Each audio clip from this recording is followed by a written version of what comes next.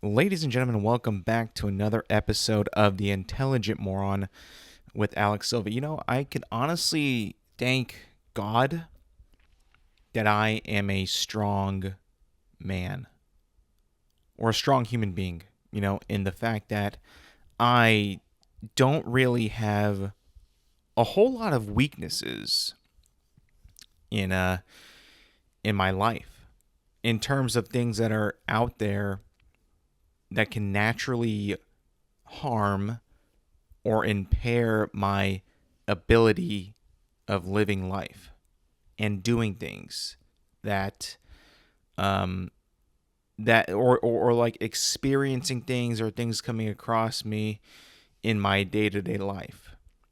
Like, I don't have a crazy I don't have crazy seasonal allergies like dust and pollen.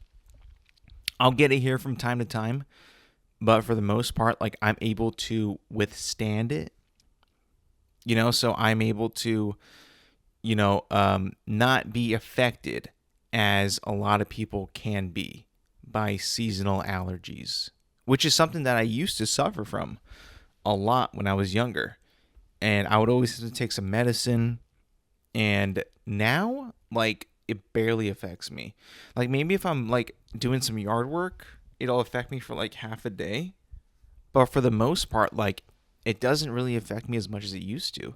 Like, I've like grown out of the allergy, if that's even possible.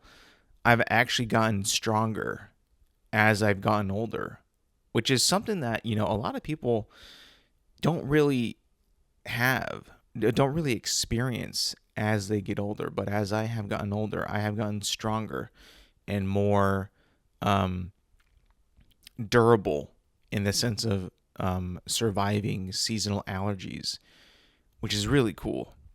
If you think about it, like, most people break down when they get older, they get shorter, they get weaker. I've only gotten stronger. You know, I don't have any allergies when it comes to like food, right? Shrimp, I can consume mass quantities of. I can eat peanuts if I want peanuts. I'll have peanuts. Um, bees, not allergic to bees. Had an experience one time when I was a kid. A bee stung me. It hurt like hell, but no allergic reaction to that, which I figured out is crazy because like you don't really know if you're allergic to bees unless you get stung by a bee and you have like an allergic reaction to it, which is crazy to think that you would, that's like not told to you as you're being born. I would figure like, when you're born as a baby, I'm pretty sure like I've never had a child, so I have no experience with this, but I would assume that when you're born, you're run through like some tests. Um, when when you first come into the world, like they run some tests on you, or they're able to pull up a chart of your DNA and see like what you are allergic to. Like there's like a chart, and like there's like things that like, oh, he's gonna be allergic to this and to that, and his blood type is this, and here's his DNA right here, bada bing boom, right there. That's you. That's your coded DNA and everything. I don't think that exists. I think that when you're born, you're just born and like you're a boy or a girl, and this is it. That's you, which is a shame because I would assume like they would at least tell you once you're out of the womb, like, a little bit more of a scientific breakdown of what you are. And like, hey, he's going to be allergic to this. Keep him away from that. Don't put him near this, this, that, the other. It's like that. None of that is even put out like when you're born. I would assume like they would at least do like a little bit of blood work on you when you're born to get some of the basic facts out of the way. Like, this is going to happen in the future. Like the allergies, whatever. I guess like that is like looking at it a little too much in depth at the very beginning of your life, but like still I think that would be something greatly appreciated from doctors and nurses when you're being born, don't you think? I mean, I sure would. I would like to know like what my potential weakness in life would be. That way my parents know, hey, when it comes to this time, we can't give him peanut butter because he'll explode, or no shrimp for this guy. He'll swell up and it won't be good. That would be something that I think would be extremely beneficial to the parents of that child, right? Keep the person, keep the child, out of harm's way as most as much as possible. Um, but thankfully, I don't have any of those types of allergies. That would really suck. Every time I go to the doctor, dentist, and they need like an update on my medical information, it's like always like check off if you have like allergic reactions to this substance, this food, this chemical. I'm like, nope, nope, nope, nope. Have you ever like kind of like looked at that and like really thought to yourself like, oh, look at this chemical. What if I'm allergic to it? I'm not sure. I'll put yes just in case. And then they have to like cancel your entire appointment because of that. Or they have to put you somewhere else because of that chemical. But in reality, you like, I don't know, doc. Like, I'm just being cautious. I don't know if I'm allergic to, peroxide, but, I've never experienced peroxide in my life. So, like, I'm just being safe, on the safer side. Like with that, I just put not allergic to anything. Boom, boom, boom. Get me in there.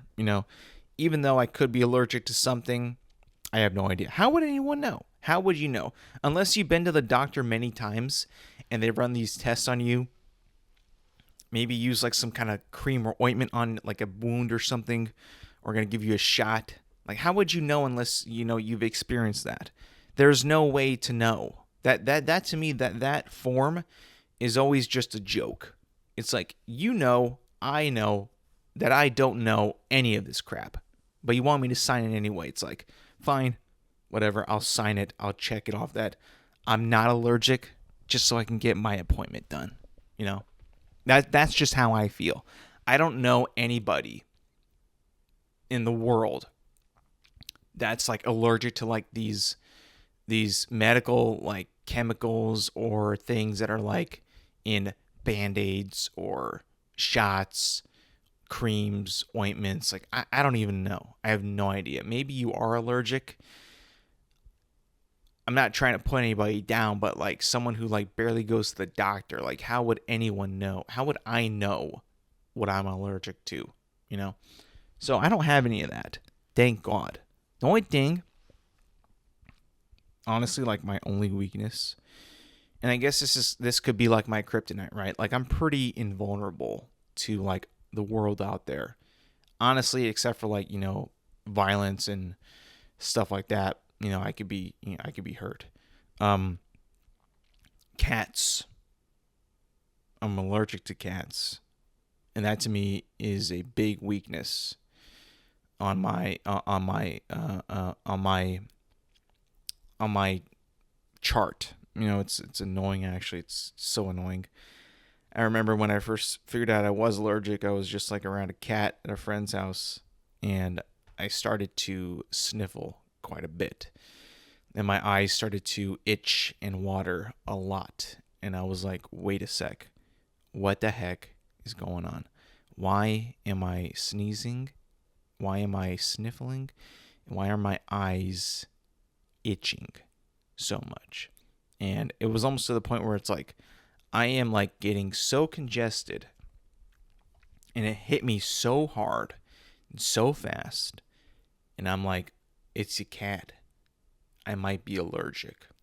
And ever since then, whenever I go to their house, or any of my friends that do have cats, their houses, I always take a Claritin D before. Not a sponsor, by the way, but I always take allergy medication just so I am prepared. That I have like a security blanket, a shield over my body, in case it gets bad. Which, luckily, it hasn't gotten bad in that recently once I've used it. And whenever I take my medicine, it lasts pretty good. I barely feel anything, if that. So That would be my one weakness. So I'm not the strongest man out there in terms of like what can make people feel sick or not feel themselves, allergies, right? Or weaknesses in general. It would just be cats, which is annoying, honestly, like super annoying. Here I'm thinking like before I find out like I'm fine, there's nothing wrong with me, I'm pretty much invulnerable. And then boom, someone's cat just runs across my leg and I'm like starting to sniffle, tearing up, sneezing all over the place.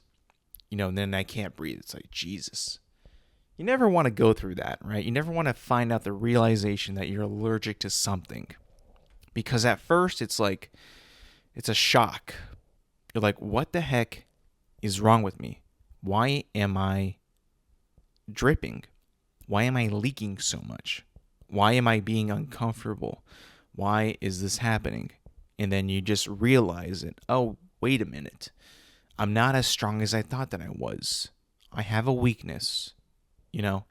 Everybody's got their weakness. Some people can't eat peanuts. Some people can't eat any kind of tree nut, right? They get next to it, they explode. It's not something that's freaking, to take lightly. When they have allergies to nuts, they got to be essentially, everything that's ever been made with a nut cannot come near them, cannot come across them, or else they'll die.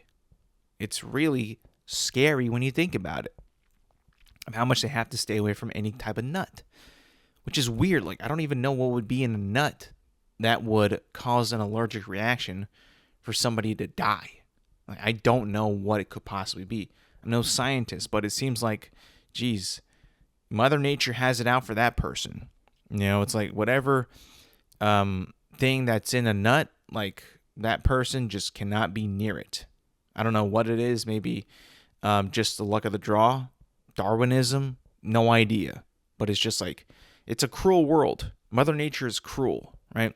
The beautiful things that we can grow from the ground, that we can consume as human beings for, nourishment and nutrients, like a nut, and that is someone else's worst enemy. Essentially, someone else's weakness. It's really crazy to think about. Shrimp, shellfish too, like all types of shellfish. Like you can't eat those either. Like a low life crustacean from the bottom of the ocean that is, for some reason, really it costs a lot of money to eat. If you think about it, lobster, crab usually costs a lot of money to consume at, a restaurant. Don't know why, but they do. Maybe because of the way that they look or how little of them are there. But I would assume that there's a lot of lobsters and crabs out there. They can't be that expensive. I mean, what's the point? Is it because they look kind of cool? Like they look like, armored and, ready to fight, and that, like, why are they even in the ocean? Like, they don't have gills. How do they even survive? They're not a fish. They're not a mammal. They're a bug. But we made them so, like, well, we didn't make them, but we made it out to be like they're like this super valuable expensive cuisine that we can consume at leisure and like with a sense of fanciness. Like lobster's got to be like the top one. That's like, if you're ordering lobster, then from other people's perspective, you have a fine you have a higher palate or higher class. You're of a high class if you're going to order lobster, because lobster to me is good, but only if it's got, additives, not like injections, but like things that you can add to enhance the flavor of the lobster. Butter, lemon juice, that to me, some pepper, that makes it taste better to me. It's like an ensemble. It needs other things to make it taste good.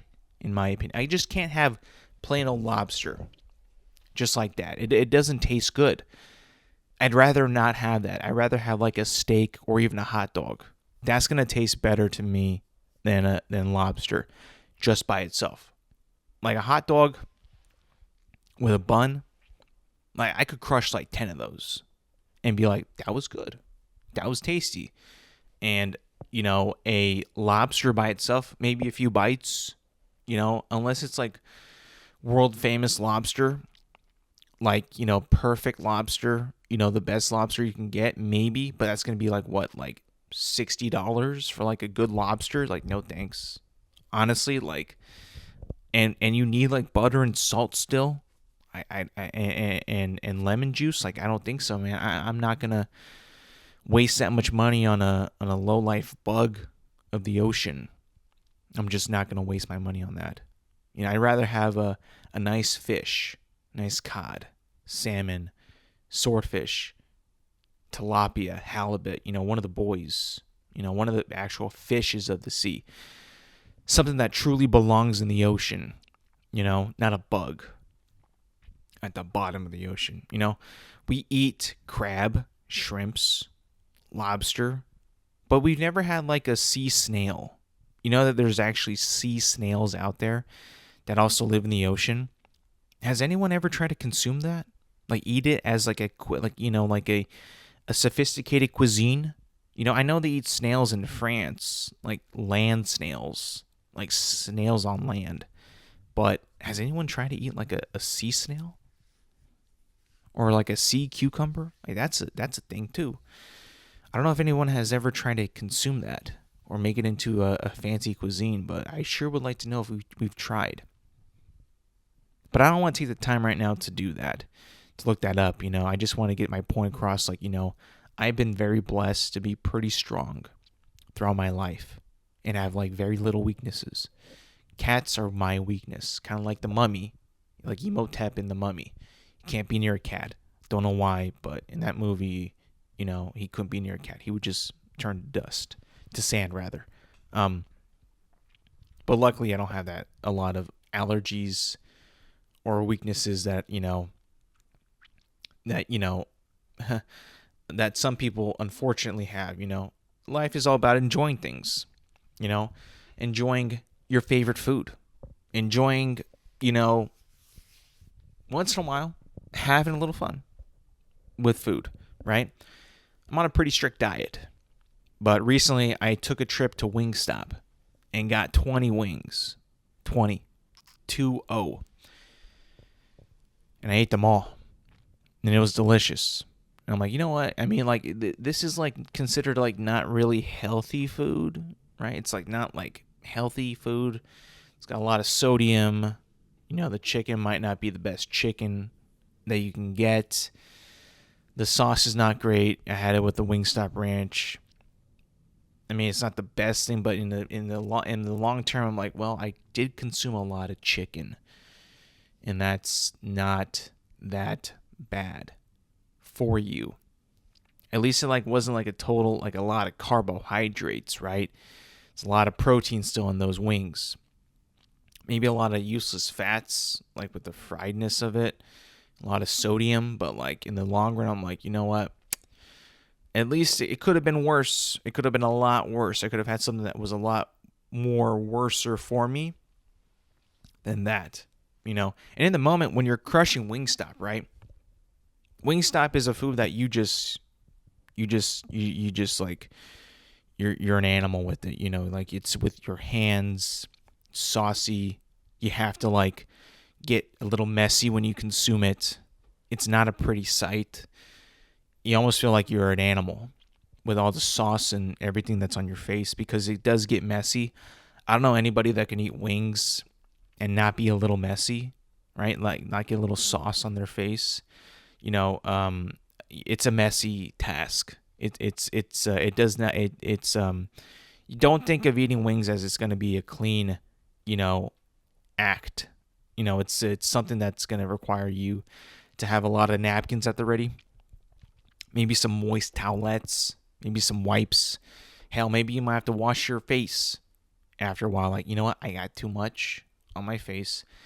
The napkins ain't cutting it. I don't got any moist towelettes. I got to go for the sink. I got to clean myself up. I've been there before, you know? It happens. But in the moment, I'm crushing it, right? And I'm like, this is so delicious. I haven't had this in a long time. I've wanted it, but I've always told myself, no, you don't need it. One, it's expensive. It's not really worth it, in my opinion. And two, it's not that good for me. So I've held off. But I had this deal. If I get one 10-piece, I get another one free. So I'm like, you know what? For the sake of the deal and how much money I will save in the end, I think it might be worth it. So I got it. And I crushed it. In the moment, it's delicious. It's incredible. It's awesome. It's a great feeling. There's nothing better than great tasting food. Eating a lot of great tasting food. It's euphoric. It's beautiful. I understand why people were fat. Why I was fat. I get it. I totally understand. But in the moment, it's awesome. But once I had finished it, I looked back on my experience. You know, I got 20-piece original hot wings, bone-in wings, actual chicken wings, not nuggets like a 5-year-old. Or, you know, I know some grown men that actually prefer boneless wings to actual wings. It's quite embarrassing. But once I was finished and completed, I looked back on what I had ate, and I'm like, you know what? That wasn't that good. That wasn't that good. That wasn't very justifiable. You know, when you have like a good meal and the chef balled out, the chef put his life and soul into it. We got a real SpongeBob back there in the kitchen making this whatever you ordered, and it's incredible. And you can feel the love and passion in that dish. And you're like, you finish it. Yeah, it might have been a little pricey, but you complete it, and then you're just like, wow, that was incredible. I felt the love in that dish and this food tonight. I didn't get that from the Wingstop. I did not get that. I didn't feel gross. I didn't feel sick. I did feel a little gross. And it just was like, you know what? That wasn't that good. Because when I was getting towards the end of it, I'm like, this don't taste that good anymore. I don't. Like, I don't know what it is. It's just not tasting that great. A little too salty. A little too saucy. I mean, the flavors are okay now, but like before they were better. But like now it's just like, you know, whatever. But I was a man about it. I completed it. I ate all my food. I'm a big clean the plate type of guy. That's who I am. So I'm like, you know what? I bought this. I'm gonna finish it. So I did. I was like, man, it was all right. It was okay. I wouldn't get it again. Honestly, Wingstop, you know, used to be really good when I was just eating on that food like multiple times a month. Now I barely eat it, but like it was okay. It was all right. I mean, I probably wouldn't get it again. And maybe if I did, I would get like a different sauce. I got Original Hot, which is like the classic hot sauce that you can get there. But maybe I would get like a different kind. But I was like perusing through like their sauces before. They got some like pretty basic ones that got like the hot sauce, mild, medium, lemon pepper. They got like a Louisiana rub, dry rubs, wet sauces, you know. And I stumbled across like their hottest one, which is called Atomic. And I kind of laughed at that because it's like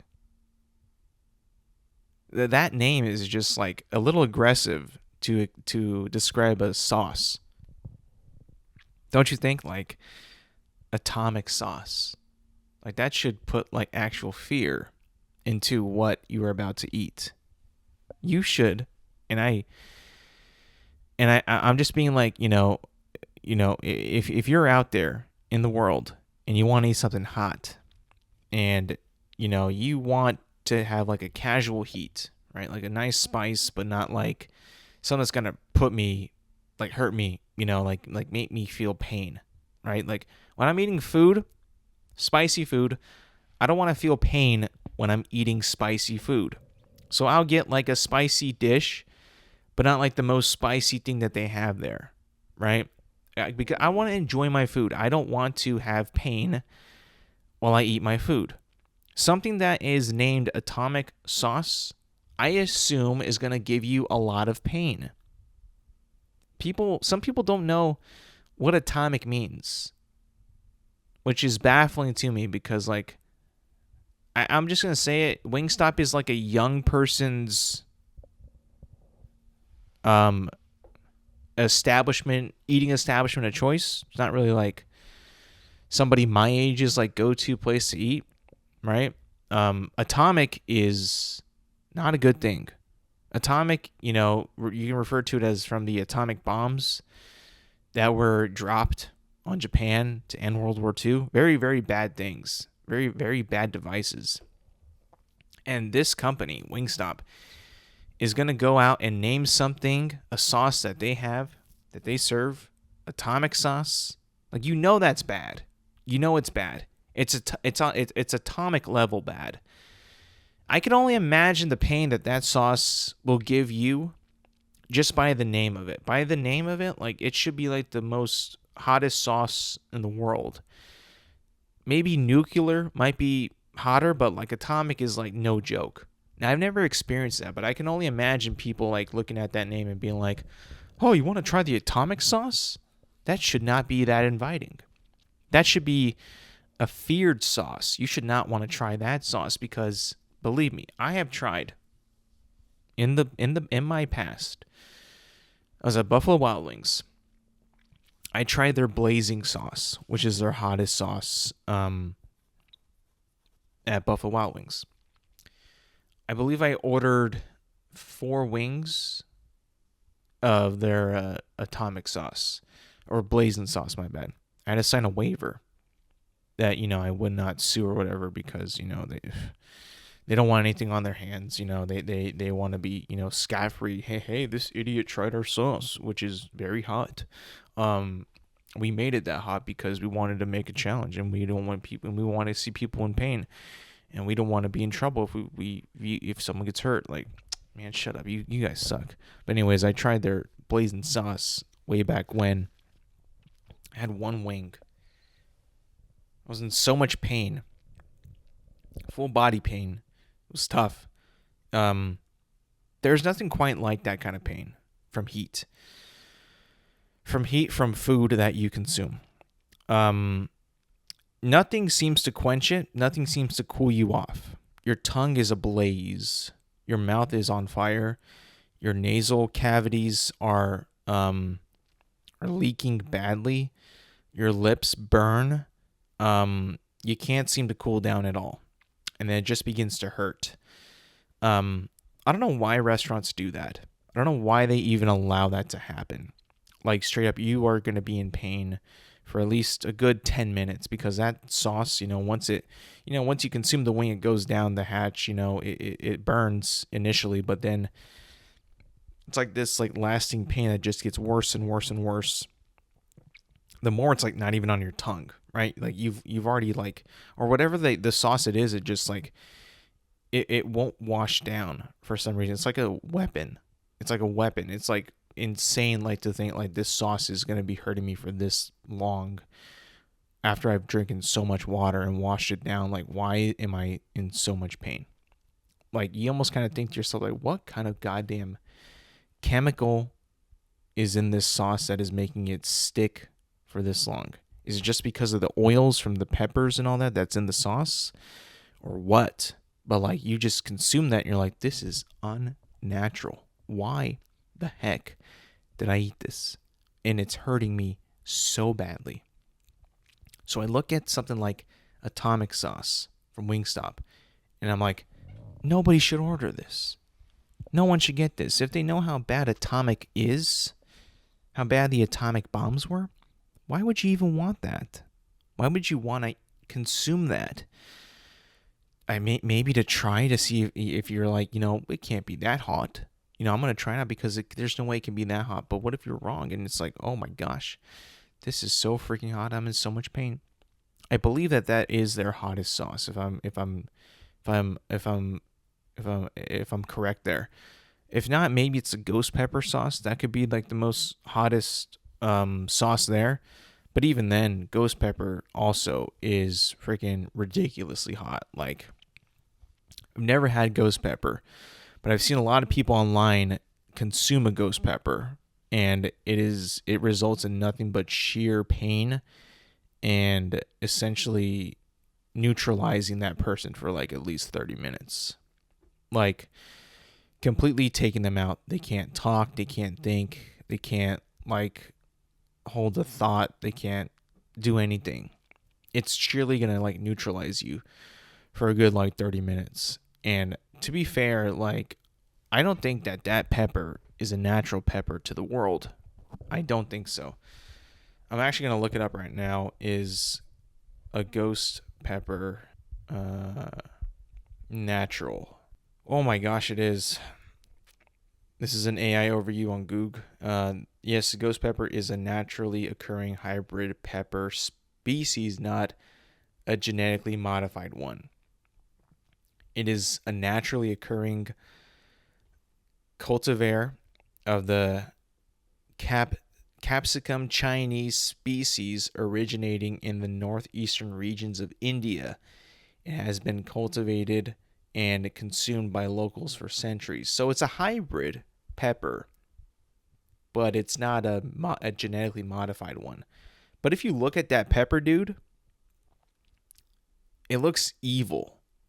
Like it's dark red, it's wrinkly, like it looks like it's bound to like it wants to hurt you. You know, it looks like a mean pepper, like a very mean one. Like you can make like a jalapeno look pretty, menacing, but that pepper right there, that ghost pepper, looks like it's out to get you. Like it wants to cause you pain and suffering. So like it's like when I look at those sauces, like why would anyone want to consume that sauce with a name like Atomic, referencing the atomic bomb? Like it's going to be bad. Why are you going to eat this? Why? Unless you want to be tough, unless you want to challenge your spice palate, unless you're trying to, maybe you want the pain, maybe you want the attention, maybe you want that anguish. Something like atomic sauce was just like, that's going to repel me. Like, no way. I'm not going to even go near that. I'm sorry. Like I said, I'm a big spice guy, but not super painful spice. A nice medium spice, medium to somewhat hot spice that's not trying to kill me. Those I can handle. Those are pretty good. I like those quite a bit. Moving on to some, what do I got here? Some NFL news and fantasy news.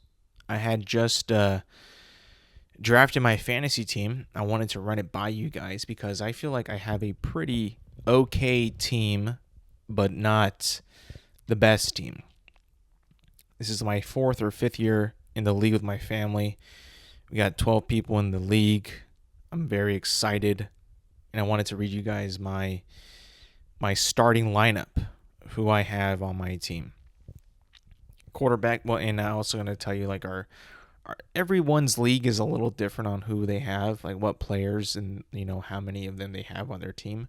This is how our league is, and this is how our team is set up. So bear with me if you're like, that's a stupid league. It's not my choice. Okay, just leave it be. All right. So starting quarterback, I got Justin Herbert. My 2 receivers, I have Mike Evans and George Pickens. My running backs, I have Saquon Barkley and David Montgomery. My tight end, I have George Kittle. My flex, I have right now 2 flexes, TJ Hawkinson and Jacoby Myers. My kicker is Cameron Dicker.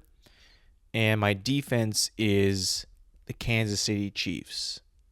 Now, I'm flirting with like maybe I could possibly sit TJ Hawkinson for Rashid Shaheed. He's a sneaky player. He might actually pop off this year more than expected. I'm kind of thinking like, that could be a move that I would make. But I haven't made that decision yet. But that is my lineup.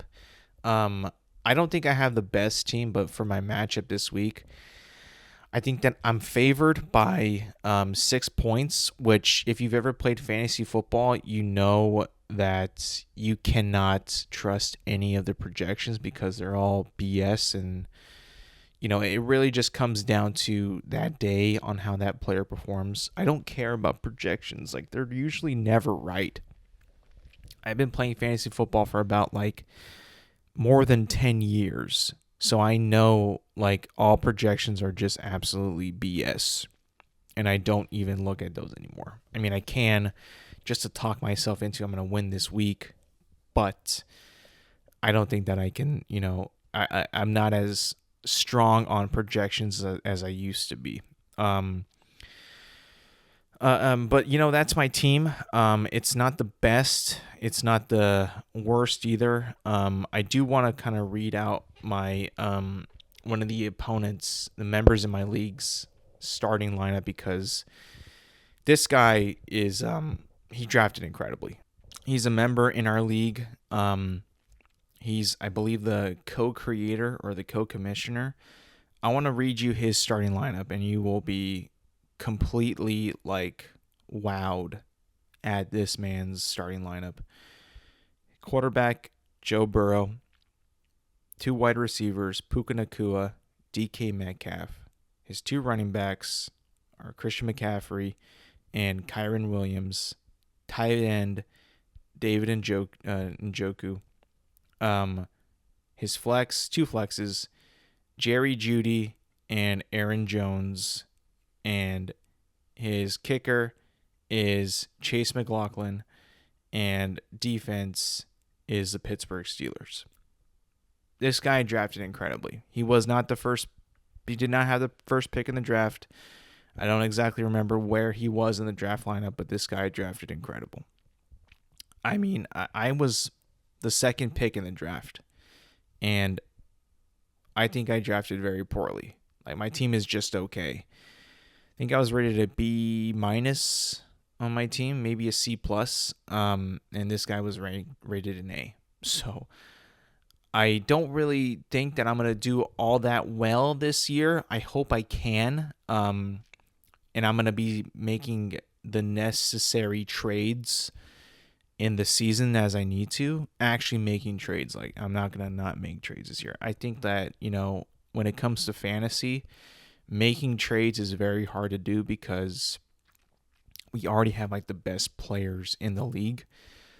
The ones that we pick up on waiver wires is maybe a second stringer that's going to be put in because the starter is not going to play, So I want to be more invested in my fantasy league this year in terms of trading and being more involved in that sense. So that's my goal this season, to be more of a more involved when it comes to trades and making things happen when my team needs it and when I can make a comeback in this league, because obviously we are all adults in this league, so we all wagered money, a good amount of money, more than last year. So I am all in on winning this damn thing.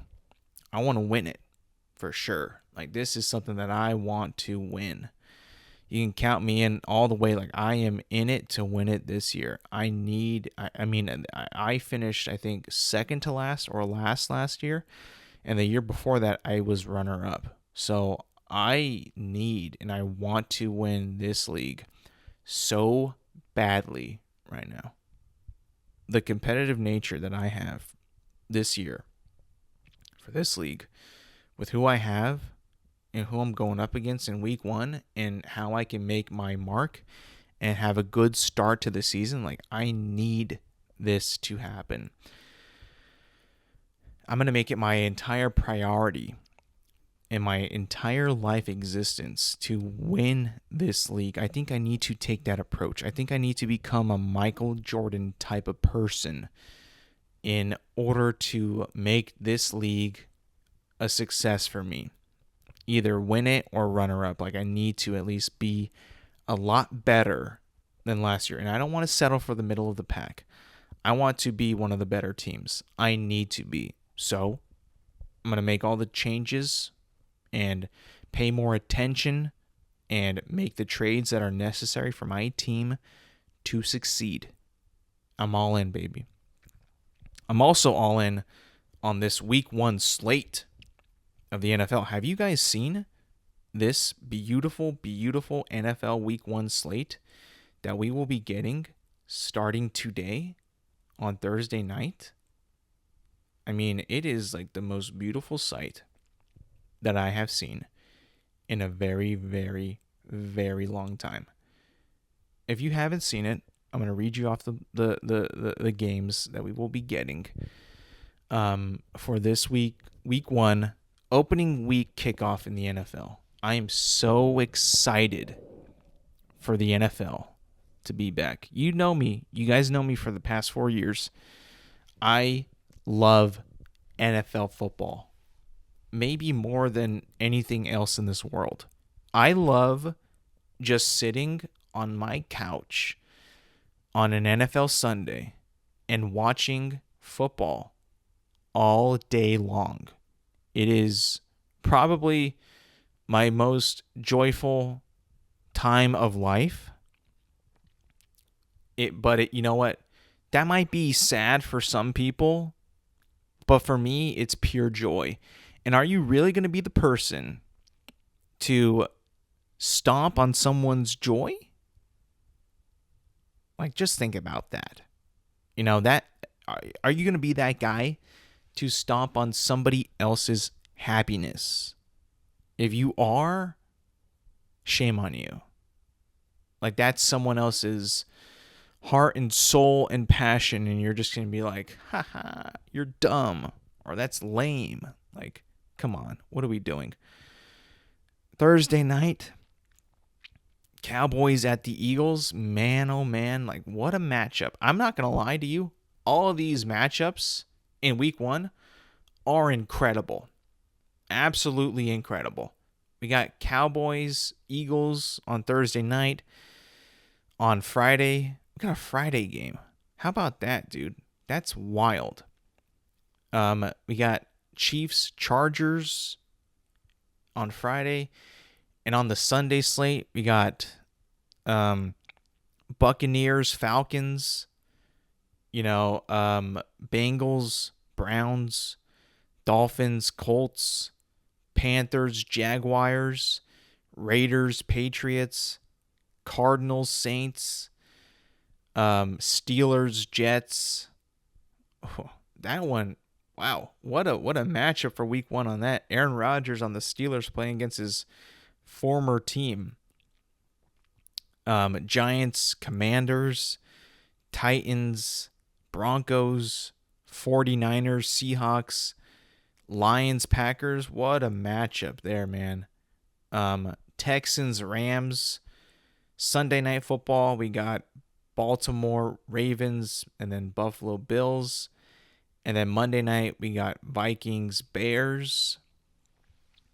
Man, Vikings Bears might be the most it's a rivalry game for sure. It's an interesting matchup, but maybe not the best matchup of terms of quality. We're going to get 2 second-year quarterbacks going up against each other. It might not be the greatest played game. J.J. McCarthy coming back for his actually, debut in the NFL, regular season NFL, because last year he, I think, tore his ACL or his Achilles and was out for the entire season. Now he's back. And then we got Caleb Williams, year 2 with the Bears, with new head coach Ben Johnson. So, I mean, just those matchups alone, the ones that stick out to me the most is going to be Lions Packers for sure. Steelers Jets, Giants Commanders, Bengals Browns, and Buccaneers Falcons. I mean, I'm getting goosebumps just thinking about this week 1 slate and how epic this is going to be. The NFL is back. I can't freaking wait, dude. It's been so long. I mean, this is going to be like, I feel like the earliest like the NFL season has started, cuz it's usually like around like September 9th through like the 13th of when it actually like usually kicks off, but like this year it's on the 4th of September. Like it's only going to be 1 week after college football began, which is crazy.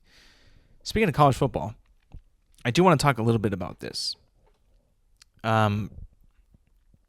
Probably the game that everybody was talking about last week that occurred. We all know. Texas versus Ohio State. Texas lost to Ohio State 14-7. The number 1 ranked Texas, by the way, lost to the number 3 ranked at the time Ohio State. My question is, one, why is Texas scheduling Ohio State the first game of the season?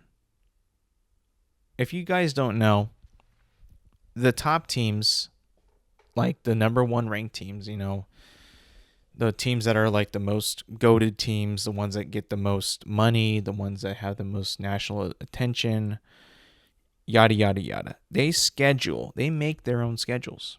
They decide who they want to play on what week of their choosing. Texas playing Ohio State, the reigning national champion Ohio State. They had to have known the repercussions of if they were to lose that game, they would in fact lose their number 1 ranking. Well, they lost, so they're no longer going to be ranked number 1. It's official.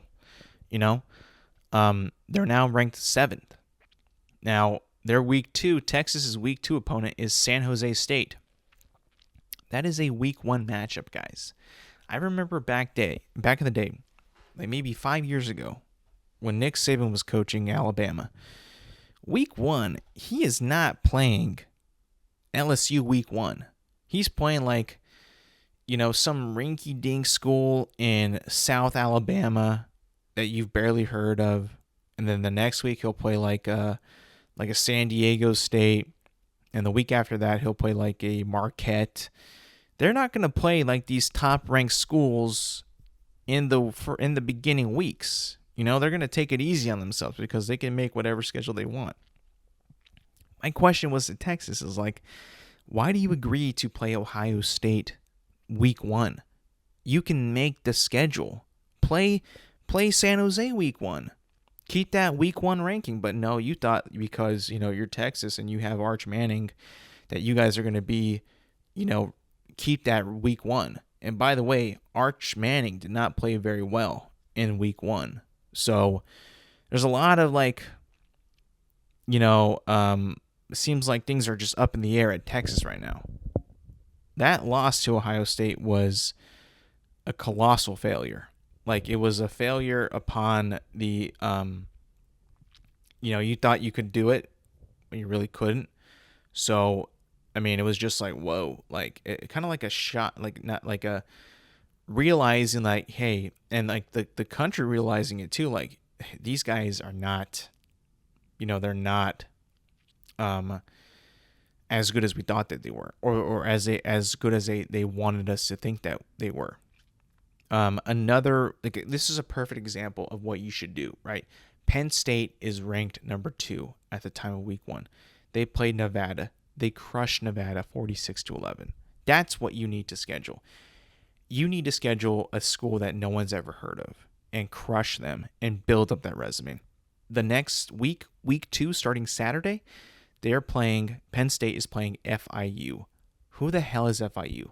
Nobody knows, right? That is how you make a schedule. The number 2 ranked team in the country is playing back-to-back weeks of unranked teams. That is what you do. That is how you create a schedule. Another example, 5th ranked Georgia played Marshall last week. They crushed them 45-7. Week or a 7th-ranked Oregon at the time played Montana State, crushed them 59-13. The only one that kind of bit them in the butt was Alabama, ranked 8th at the time, played Florida State, which was unranked, but Alabama lost 31-17. That one was like the big one that was like, whoa, you got, that was kind of funny. But Texas, dude, like, do not schedule week 1 for you to play Ohio State. I get it. You wanted to make a statement. I'm pretty sure, if I remember, Ohio State beat them to get to the national championship last year, I want to say. So maybe it was like a rematch game that they wanted to play. But, you know, in this situation, right, this is a new season. You got to look at it as you're building your resume to be there at the end, right? And I know that it's the college football playoff is expanded to, I believe this year is still going to be 8 teams, but I could be wrong, it could be 12. So like there's more room for them to be in the playoff, but like still, like you got to build up that resume. You know, you got to make those, you got to try for that perfect season, you know, because that is like really like what college football fans are still looking towards, is like seeing like who could have like the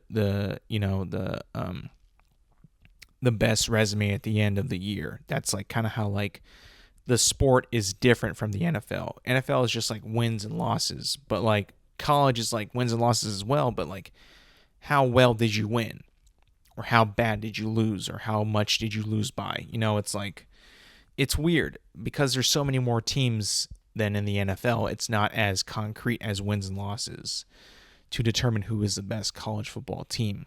So, you know, in that sense, like you gotta play the schedule game, man. You gotta make it so like, you know, you could have a chance at the end with the wins that you have accumulated and how you won, to prove yourself that you are the best team in the country.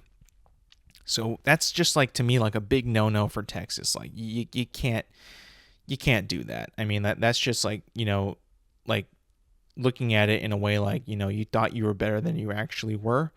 And I think that they did a very good job. Texas, in that fact, did a very good job at convincing an entire country that they were better than they actually were. Moving on to some entertainment news. It just broke yesterday that the follow-up to 2025 Superman by James Gunn will be getting a sequel called Man of Tomorrow, and it is slated to hit theaters on July 9th, 2020. What was it? I believe it was 2027, but let me check. I just had it too, like, I didn't write it down properly, but let me pull it up right here. July 9th, 2027. It was posted yesterday, and by James Gunn at 9:47 a.m. on September 3rd. And he posted a concept art, which was Superman standing next to what looks to be like a robot Lex Luthor in like a robot suit, and Superman is holding a screwdriver. Interesting. But so I guess he just confirmed that, you know, there is going to be a sequel to 2025 Superman called Man of Tomorrow. And it looks like Superman's going to be going up against Lex Luthor in a robot suit, kind of like an Iron Man suit. So, I mean, there we go. I mean, obviously, Superman came out this year. I thought it was all right. Not the best Superman movie I've seen, but, you know, certainly entertaining, you know. But it's already got a sequel. So I guess we could see, you know, what that's going to entail. I've seen nothing else besides the first 2 episodes of Peacemaker that have continued the new DCU. But, hopefully that this movie coming out in 2027 is better in my, than the first one, in my opinion. Hopefully. I guess we'll just have to see. It could be promising, it could be good. It's cool that Lex Luthor is going to be back. Nicholas Hoult, David Cornsweet are going to be back too, reprising their roles as Superman and Lex Luthor. So that's cool to see. And then lastly, before I get out of here, I could not believe that this actually happened, but it is happening. And I'm not sure that this is a good idea, but, what do I know? But Paramount has struck a deal with Activision to make a Call of Duty movie. In a move, and this is from The Hollywood Reporter, by the way, and I'm going to be quoting their article right now.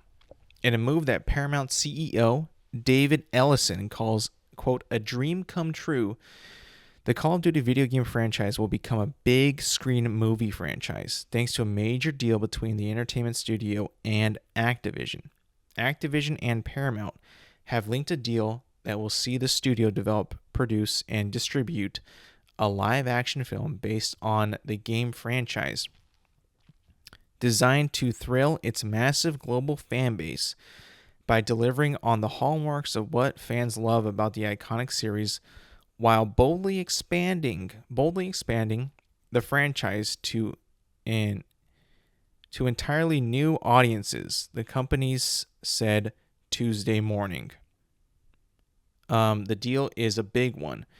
With Call of Duty among the most popular video game franchises in the world, 500 million copies of its various games have been sold over the years, with the series being the top-selling game franchise in the U.S. for the past 16 years. The series is a first-person shooter spanning various eras from World War II and Vietnam to the current day and decades in the future. So, they're going to be making a Call of Duty movie, which is it's crazy. I wouldn't necessarily want Paramount to do it, because Paramount has already destroyed any lust or any desire for wanting any more of a Halo TV show or any Halo visual media that is not a video game to be made ever again. I don't know if they'll do the same with Call of Duty. Call of Duty, if you think about it, they've already made a lot of Call of Duty movies out there that are because Call of Duty is just a military shooter. It's all it is. It's you play as characters in time periods, like the article said, from World War II to the distant future, and just wartime events. They've already made those movies already. It's already been done. The game Call of Duty World War II, literally, you begin the game at Normandy, storming the beaches of Normandy. They've already made movies that have the Normandy landing. What are you going to do that's going to be different, that justifies making these movies? And just what, you're just going to call it Call of Duty World War II the movie? I don't see how this is in any way, shape, or form a good idea. There's already so many movies that have come out, so many great movies, 13 Hours, Zero Dark 30, The Hurt Locker, Lone Survivor, that you could kind of categorize as this is what a Call of Duty movie would look like if they were to make a Call of Duty movie, but they haven't. So how are you going to differentiate yourself from these movies that have already come out and have already been successful? Are you just going to make a carbon copy of what has come before?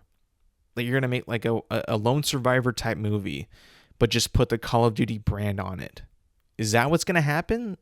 I don't know. Are you going to try to one up Saving Private Ryan and just call it like Call of Duty, Saving Reznov? I mean, I don't know. Like, what are you going to do? How are you going to do this? Like, is this going to be like an like, are you going to follow like certain characters and just like make it like a big Call of Duty cinematic universe? Like, is it going to be like leading up to like an Avengers type of thing? Like, honestly, I could see this. I could see them going like through like a chronological time period of Call of Duty games and like putting like this through line through every single Call of Duty that movie that ever comes out, however many that they make, and make it so like it becomes like a big climactic finale like Avengers Endgame.